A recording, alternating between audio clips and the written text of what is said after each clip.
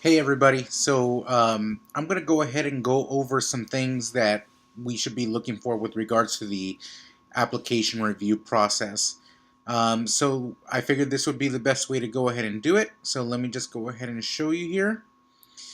So here we just have our basic general Google login thing. I sent you all a link to the application reviewing assignments. I want to thank Anand because I know he created his own. I kind of duplicated his efforts and added some additional stuff that would allow us to maybe track the things a little bit more easily because we're going to have also the entry ID. Well, I guess I'll just show you here instead of talking. So I'm going to sign in. I'm not going to sign in with that weird account. I'm going to sign in with a different one.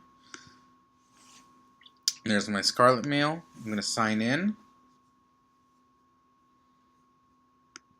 Bear with me here. Alright, perfect. Go up here, go to Google Drive, click on that. In addition, I am just going to go here to our new student orientation and family page folder. Click on that. Perfect. So somewhere in here, there it is. OL Application Reviewer Assignments right there. So I'm going to go ahead and click on this.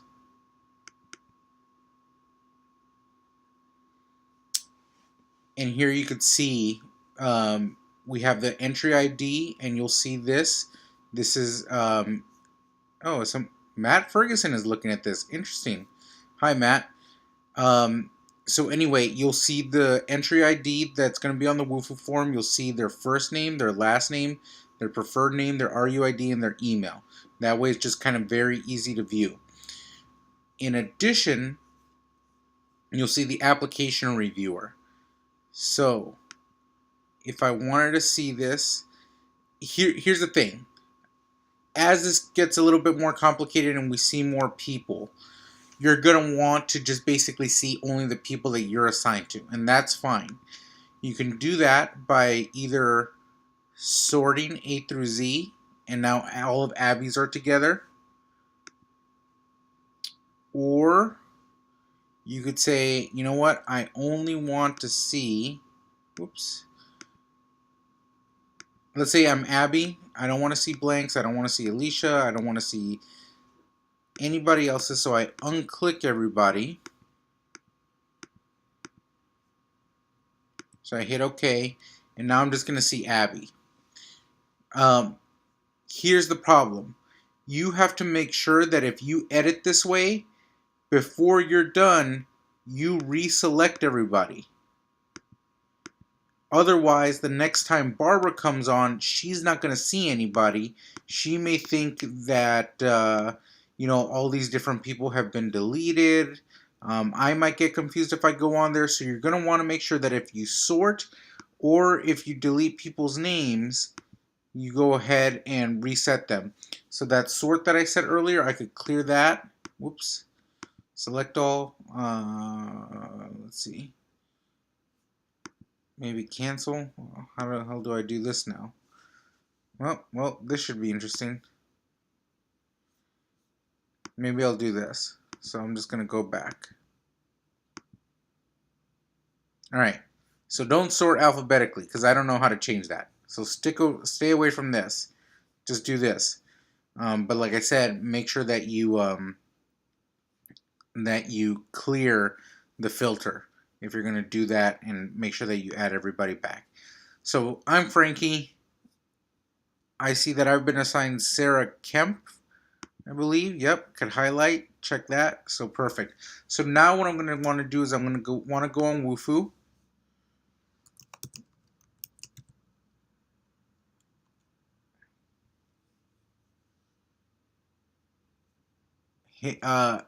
Well, I guess I'm already logged in here, but welcome back. I'm going to go here to 2015 Orientation Leader Application. Click on the entries. I'm going to look for Sarah Kemp here. Great. Click on her.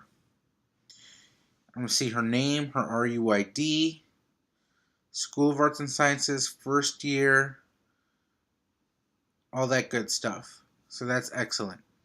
Now, what I'm also going to want to do before I actually read her application is I'm going to want to familiarize myself with what we actually asked the applicants. So I'm going to go to Forms again. I'm going to go back to Orientation Leader Application, and I'm going to say View. Open a new window here, and this is what the actual students see. Okay. So I'm going to highlight a few things. Again, you have the demographic information and all that good stuff. I'm going to focus on, you see a list of references here. More demographic information. A little getting to know you part. And here's kind of where the meat starts, the short response questions. So we have two here where they write a Yelp review for any of these following subjects.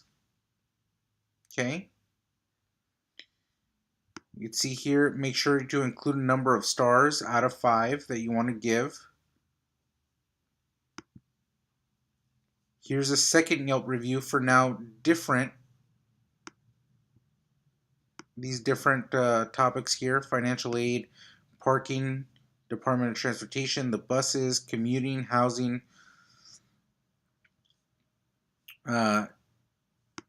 Here's a third one: you're facilitating an important discussion about the difference between academic expectations of college versus high school during an orientation session, and your students are unresponsive and appear bored.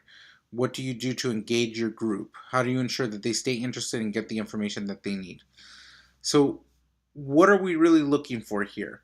So we're looking for maybe some creativity. We're looking for the way that students talk about services and departments here at the first Yelp group. When you're talking about an event on campus, an organization, one of your classes, these are kind of viewed as the easy ones, the things that students will probably speak about most positively.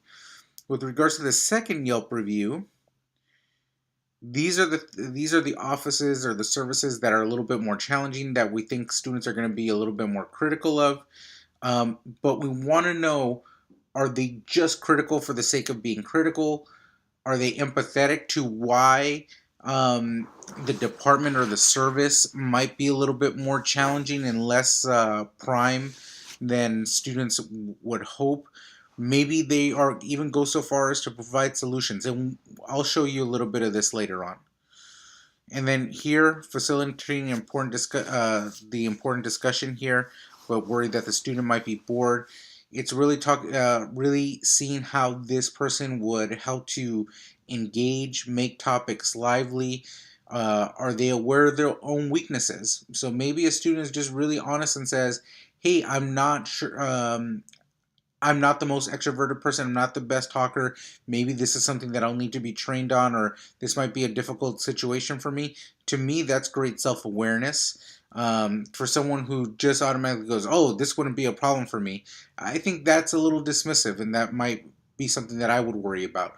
But again, I'm speaking very much in generalities. Don't let what I'm saying necessarily influence you.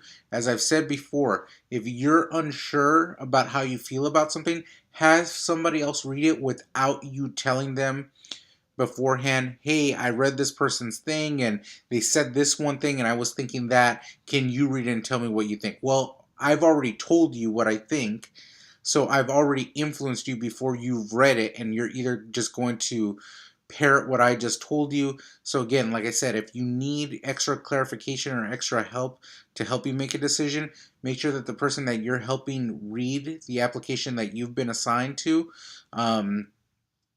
doesn't all you don't try to influence what they might think. Just let them read it on their own. After they answer those 3 questions, essay questions. So the first one is, if you are being interviewed on Good Morning America and are allowed to give a host one question to ask you, what question would that be? Now answer it. So this is great. This is an opportunity for us to get to know more about them. It allows them to be creative if they like. Again, the essay questions are really meant to get to know more about the student. whereas the previous two are kind of more job related specific things, their knowledge of different offices, their experiences, how they talk about different services and offices at the university. The second essay question: what values hold most importance in your life? How do these values influence your interactions with your peers and motivate you in whatever you do? Does your personal motivation allow you to surpass your expectations?